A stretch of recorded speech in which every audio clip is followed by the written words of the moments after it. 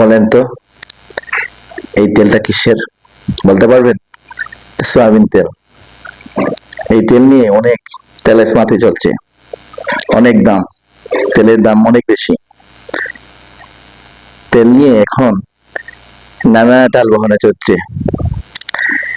এই সয়াবিন তেল কিনতে গিয়ে পকেট কাটা পড়ছে, অনেক দাম।